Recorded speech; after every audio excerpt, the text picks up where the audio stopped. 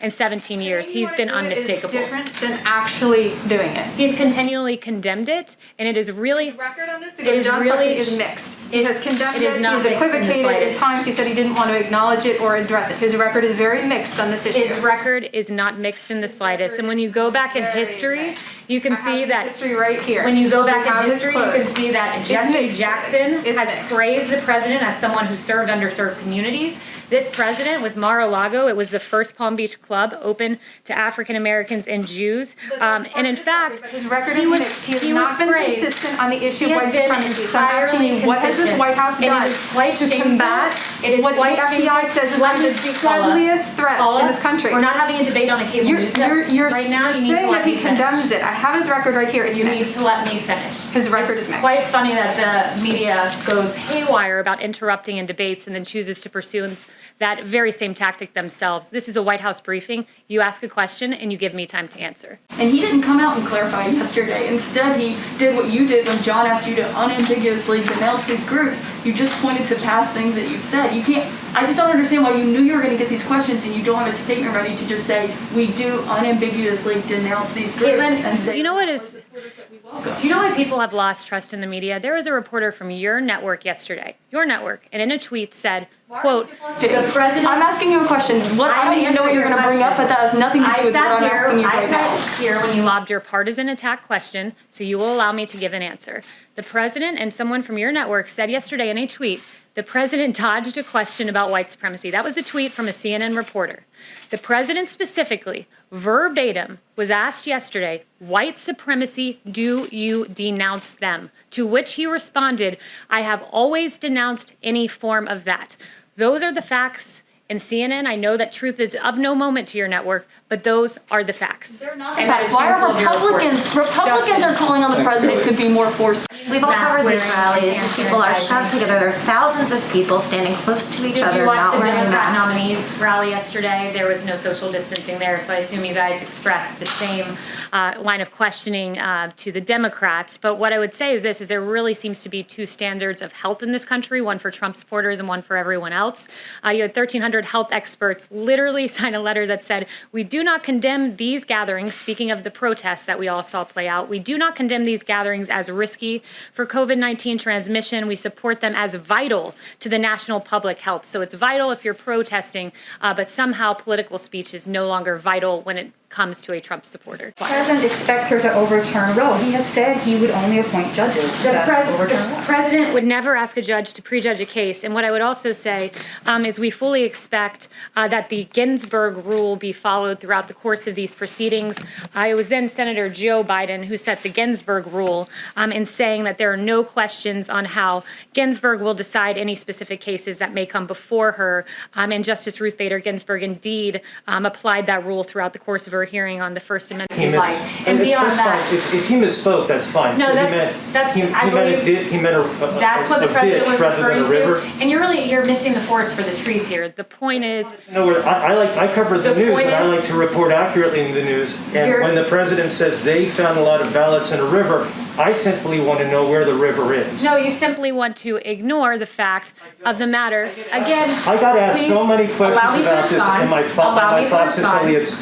Where is this river? And I can't give them an accurate information, and that's why I'm asking you. This is what is happening here. You are ignoring the problem here, which is last week in Pennsylvania, you had ballots found in a ditch. That is a fact. In Wisconsin, 7 military ballots, all marked for Trump, were found cast aside. There are problems with mass mail-in voting. I actually don't understand the lack of journalistic curiosity and reporting on this. There used to be curiosity. In fact, the Washington Post before President Trump. I'm asking you where the river is, and you can't give an answer. Sent out if you say the president meant it did, ballots, and then say he meant it did. I just want to know where the river is. And lack of journalistic curiosity. I'm very curious. Where's the river? Yes. That's curiosity. This assistance will be administered and how the White House will follow up to track the success of the plan. Yeah, this is a very important plan for the Black community. It's also, it bears mentioning that in the pandemic, as we've regained jobs, roughly 3 years ago today, 58 people lost their lives and hundreds more were wounded in the horrific Las Vegas Music Festival shooting. That was 3 years ago today. On behalf of the President and his administration, our hearts continue to break for the victims and their families. They are in our prayers today. Fulfilling his Article 2, Section 2 obligation and following well-established precedent, President Trump nominated an eminently qualified candidate for the Supreme Court, Judge Amy Coney Barrett. Judge Barrett is extremely well qualified. She graduated summa cum laude from Notre Dame Law School, where she received the Hoynes Prize for achieving the best record in scholarship, and she also is a Rhodes Scholar. As Notre Dame law professor Carter Sneed said, "There's just consensus. Amy Barrett is the best student, the smartest, and most talented person to ever come through the University of Notre Dame Law School." In addition to being a gifted student, Judge Barrett clerked for DC Circuit Judge Lawrence Silberman and the Lion of the Court, Justice Antonin Scalia.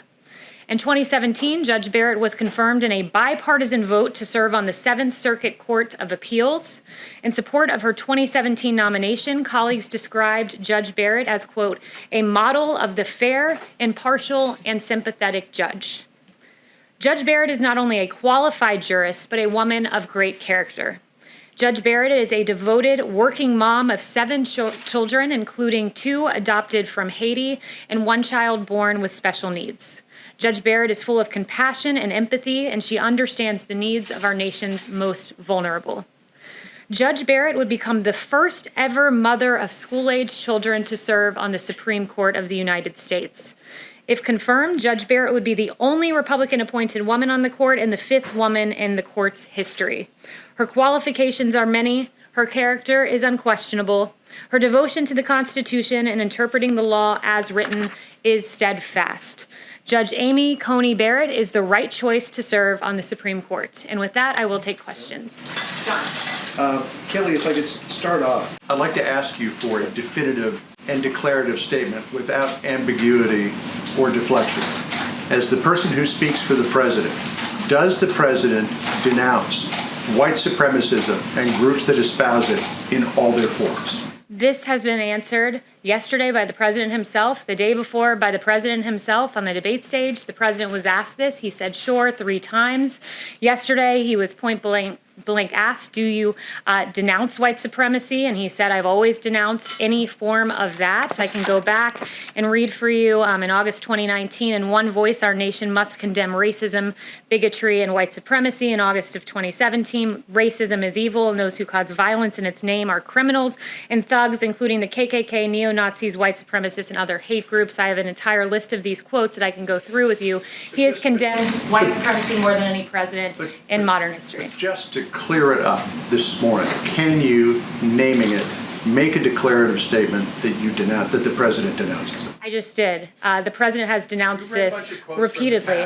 The president was asked this. You're contriving a storyline and a narrative. I'm just asking you to put this to rest. I just did. I read you all of the quotes, and if you need to see them in writing, I will put them in an email. Paula. So, Kayleigh, can you right now denounce white supremacy and the groups that espouse it? I just did. The president has denounced white supremacy, the KKK, and hate groups in all forms. He signed a resolution to that effect. The president just last week, perhaps you all weren't covering it, but just last week expressed his desire to see the KKK prosecuted as domestic terrorists. This president had advocated for the death penalty for a white supremacist, the first federal execution in 17 years. His record on this is unmistakable, and it's shameful that the media refuses to cover it. Yes. Thank you. The FBI and the Department of Homeland Security say that racially motivated violent extremism is one of the deadliest threats that we face in the U.S. Does this White House agree with that assessment, and what is it doing to combat this threat?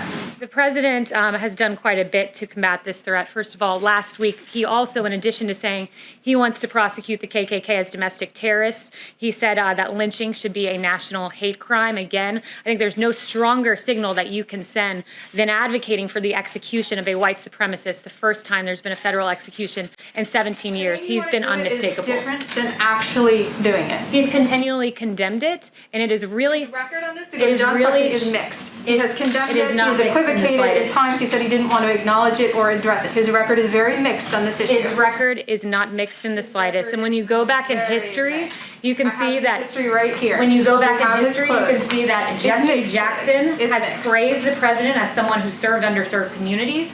This president with Mar-a-Lago, it was the first Palm Beach club open to African Americans and Jews. And in fact, But his record he is was- mixed. He has he not was been praised. consistent on the issue He of has white been supremacy. So I'm asking you, entirely what has this consistent. White House And it done is quite to shameful. combat It is what the quite FBI shameful. says is Let one me of the speak, Paula. deadliest threats Paula, in this country? We're not having a debate on a cable You're, news you're, network. you're, Right now, you're you need to saying let that he me finish. condemns it. I have his record right here. It's You need mixed. to let me finish. His record It's is mixed. quite funny that the media goes haywire about interrupting in debates and then chooses to pursue that very same tactic themselves. This is a White House briefing. You ask a question and you give me time to answer.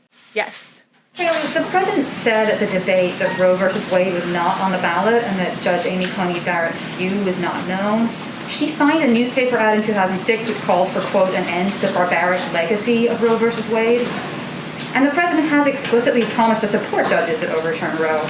Was he downplaying her views on Tuesday night? And what do you say to the American public about whether Roe is on the ballot? The president has been clear that he would never ask a judge to prejudge a case.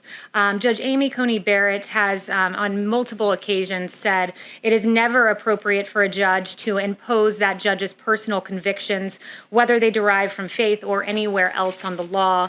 She said that she continues to stand and vehemently believe the core proposition that if there is ever a conflict between a judge's personal conviction and that judge's duty under the rule of law, it is never, ever permissible for that judge to follow their personal convictions in the decision of a case rather than what the law The requires. president expect her to overturn Roe. He has said he would only appoint judges that overturn Roe. The president would never ask a judge to prejudge a case. And what I would also say is we fully expect that the Ginsburg rule be followed throughout the course of these proceedings. It was then Senator Joe Biden who set the Ginsburg rule in saying that there are no questions on how Ginsburg will decide any specific cases that may come before her.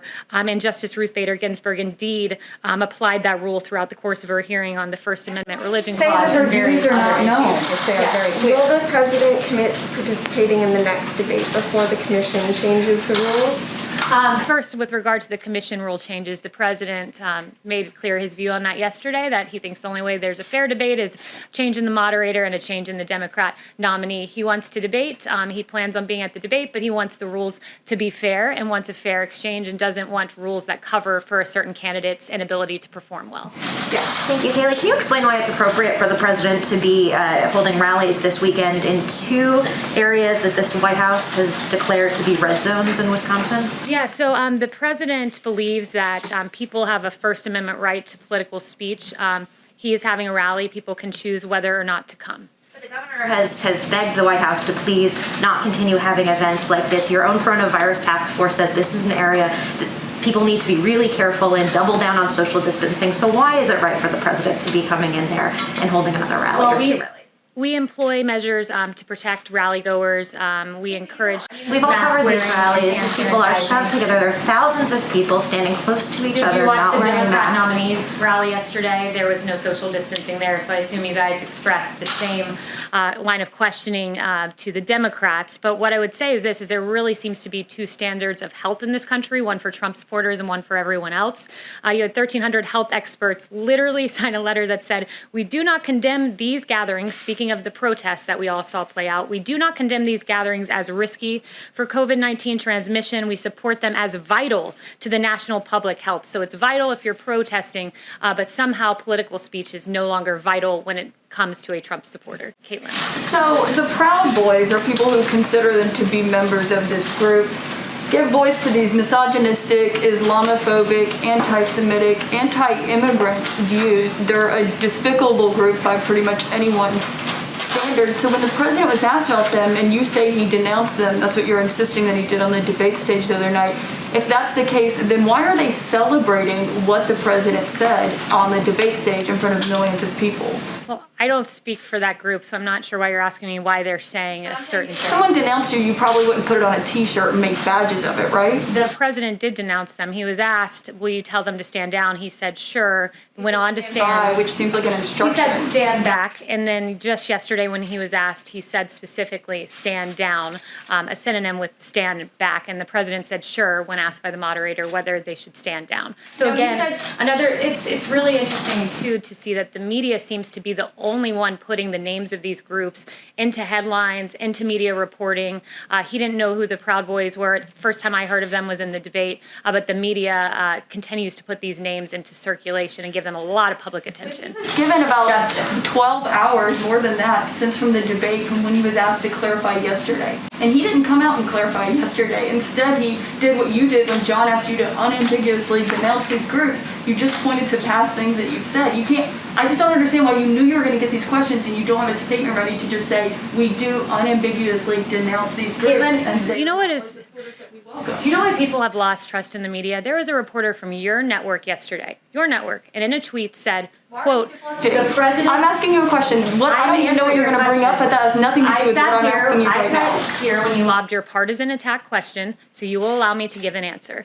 The president and someone from your network said yesterday in a tweet, the president dodged a question about white supremacy. That was a tweet from a CNN reporter. The president specifically, verbatim, was asked yesterday, white supremacy, do you denounce them? To which he responded, I have always denounced any form of that. Those are the facts. In CNN, I know that truth is of no moment to your network, but those are the facts. They're not the facts. Why are Republicans are calling on the Thanks, president Kayleigh. to be more forceful? His Justin. own party. Thanks, Kayleigh. I had a question about unemployment, but I first wanted to clean up something from your opening. You said Judge Barrett was a Rhodes Scholar. I'm not sure that that's true.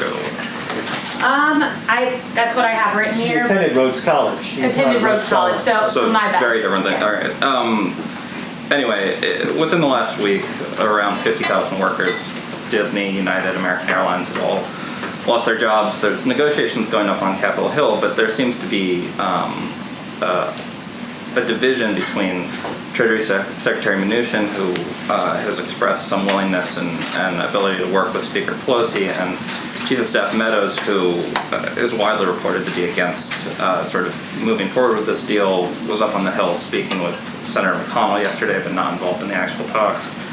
At this point, isn't it time for the president, especially considering the tight calendar before the election, to step in himself and have these conversations? And this came up at the debate the other night. If not now, when for the president to get involved? Yeah, so, first I would say Nancy Pelosi is not being serious. If she becomes serious, then we can have a discussion here. But Lowered her offer by trillions of dollars. We've raised our offer, but when you lower your offer $2.2 trillion and you ask for direct payments to illegal immigrants and you ask for certain deportation forgivenesses in your offer, it's not a serious offer. What we are talking about here is relief for the American people, for American citizens, not direct payments to illegal immigrants. We raised our offer to $1.6 trillion. Among that was $250 billion for state and local. The $250 billion for state and local is the estimated loss because of COVID. And also there's $150 billion for schools, $50 billion above what Nancy Pelosi asked for. It is a good proposal, but it's one that she is not interested in. And you have one more question? Well, I was just going to follow up on whenever you. Yeah, no, go ahead. If immigration is a stumbling block and this deal's not going to get done because of that, Chief Meadows in the past had said that you guys were looking at unilateral executive actions on airline aid. Specifically, we're seeing massive layoffs in that sector right now. He'd also said that there might be other things available for the millions of other Americans who are facing joblessness right now. Are any of those things going to happen? Yeah, it's a great question, and it's very sad to see what's happening in the airline industry. I met a few of the airline workers on a flight who would lose their job, and their job loss, 19,000 people facing layoffs, is because of Nancy Pelosi. The White House right now, you talk about unilateral action. We are willing to look at a plan, legislation that is just clean legislation to protect those airline workers. Nancy Pelosi, rather than playing election partisan politics, should come to the negotiating table. Let's consolidate around things we agree on. And I think something we can agree on is 19,000 workers should not lose their job in the airlines. So it's incumbent upon Nancy Pelosi to engage with Secretary Mnuchin and the Chief of Staff on making that a reality. Yes. Thank you, Kayleigh. As you know, the president has criticized the mail-in voting process quite a bit over the last few weeks. The other day, he said they found a lot of ballots in a river. Who is they? What the president was referring to are something that we've seen just in the last 7 days, where in Wisconsin there were trails of May ending up in a ditch. That's, I believe, the specific he was referring to, and that included absentee ballots. We're specifically, in this particular statement, though, who is they that found those ballots, and where is this river anywhere in this country? The local authorities. It was a ditch in Wisconsin that they were found, and I can get the article to your inbox if you'd like. And beyond that, if he misspoke, that's fine. No, So I believe he meant a that's what the president ditch was rather than referring a river. to. And you're missing the forest for the trees here. The point is, No, I cover the The news, point and I is- like to report accurately in the news. And You're- when the president says they found a lot of ballots in a river, I simply want to know where the river is. no, you simply want to ignore the fact of the matter. Again, I got asked so please many questions allow me to about this respond. and my Allow me to Fox respond. affiliates. Where is this river? Allow And I me can't to give them an respond to you. accurate information. Allow me and to that's why respond. I'm asking you. This is what is happening here. You are ignoring the problem here, which is last week in Pennsylvania, you had ballots found in a ditch. That is a fact. In Wisconsin, 7 military ballots, all marked for Trump, were found cast aside. There are problems with mass mail-in voting. I actually don't understand the lack of journalistic curiosity and reporting on this. There used to be curiosity. In Where's fact, the the river? Washington Post, before President Trump highlighted the problems with mail-in voting, they said the result was an unexpected stress test of mail balloting systems when this was tried, many of which were designed to handle only a small portion of the vote and are not ready to scale up in response to the pandemic. So the media once said mail-in voting is not ready to scale up in the middle of a pandemic. Now there's no journalistic curiosity when we're finding Trump He's asking ballots you about it. cast aside. There's no journalistic curiosity when 100,000 I'm asking you where the river is, and you can't give an were answer. sent out in If you Brooklyn. say the They were president meant a inaccurate ditch, ballots, and then then say he meant a 100,000 ditch. more. I just want to know where the river is. Filibustering and lack of journalistic curiosity. I'm very curious. Where's the river? Yes. That's curiosity. Kayleigh, Senator Tim Scott said the president misspoke at the debate on white supremacy. Did he misspeak? And has he spoken to Senator When the president Scott? denounced white supremacy and said, sure, no, he did not misspeak. Has he spoken to Senator Scott? Yes. Has he spoken to Senator Scott? Yes. Kayleigh, the 1.6 trillion that the administration has floated to Speaker Pelosi, is that the highest top line that the administration is going to go? And Speaker Pelosi also just said that she's expecting a counteroffer from the administration. Is the White House and Secretary Mnuchin preparing one right now? Yeah, right now we have the 1.6 trillion number, and I'll let you know if that number goes up. Thanks, Kayleigh. How does the White House interpret the Pope's refusal to meet with Secretary of State Pompeo? I have not spoken to the president about that, so I'd have to get back to you on that. Yes. Kayleigh, I want to ask you about the statement from the President, Vladimir Putin, and Emmanuel Macron about the conflict in Nagorno-Karabakh. How worried is this White House that this conflict is going to escalate beyond a regional dispute? Yeah, sorry, back up 1 second. What was the top of your question there? It was about what we just signed? Yeah, there's a statement, I understand, that was put out by Vladimir Putin, Emmanuel Macron, and also Donald Trump that calls for peaceful negotiations. On Armenia, Azerbaijan, right. So President Trump, along with President Putin, as you noted, and President Macron, representing the co-chair countries of the OSCE Minsk group, released a statement condemning in the strongest terms the recent escalation of the violence along the line of contact in the conflict zone, and we call for an immediate cessation of hostilities between the relevant military forces. And we also call on the leaders of Armenia and Azerbaijan to commit without delay to resuming substantive negotiations in good faith and without preconditions under the auspices of the OSCE Minsk group co-chairs. Is there, though, just quickly Yes. follow up, is there concern about sort of regional powers, major regional powers being drawn into this? Is that something that the White House is sort of actively trying to combat? That's all I have to say on that matter at this time. Yes. One about the list of former Trump administration officials who are coming out against President Trump and supporting Joe Biden is growing. Is the president concerned about these dissidents and what they are talking about? No, we're not concerned. The people who have come out are people who don't have personal interactions with the president, and they're peddling things that are falsehoods to advance their careers. I have a question about the Latin vote. What is President Trump's strategy to convince the Latino voters beyond the Cubans and Catholics to vote for him? What is the importance of the Latino vote for him?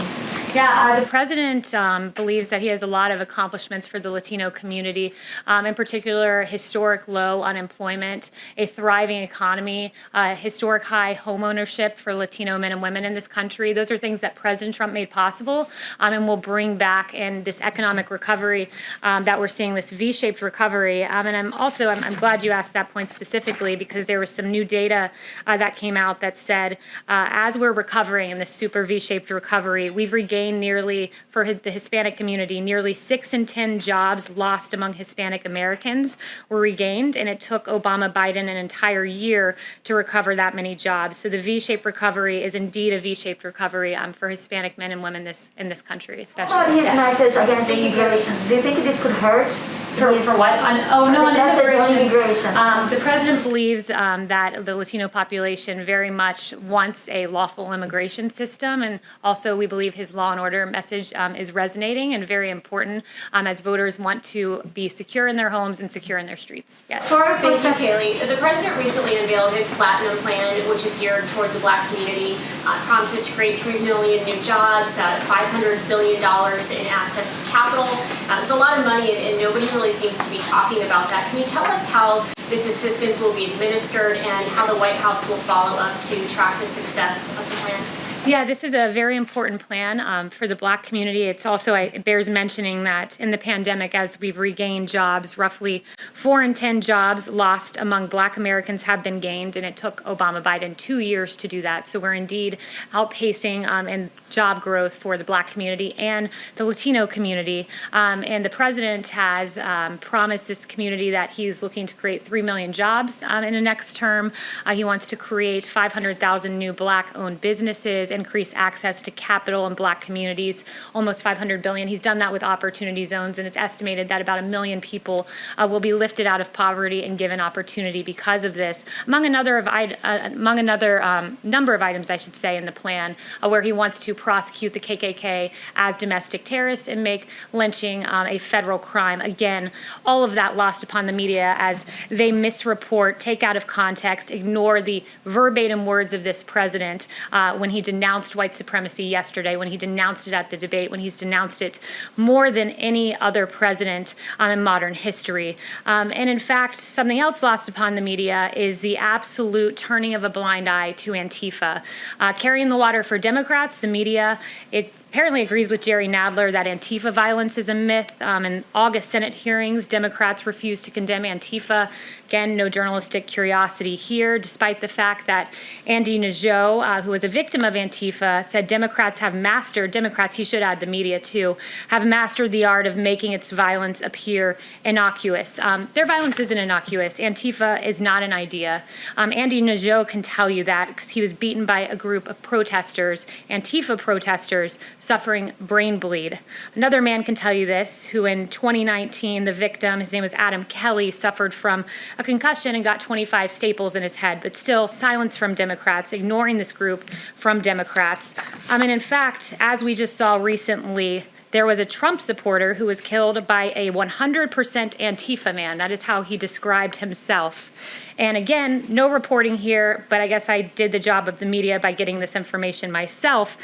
This man who was 100% Antifa, this man, in fact, had been arrested before at 2 a.m. on July 5th in a public protest carrying an illegal weapon. He resisted arrest.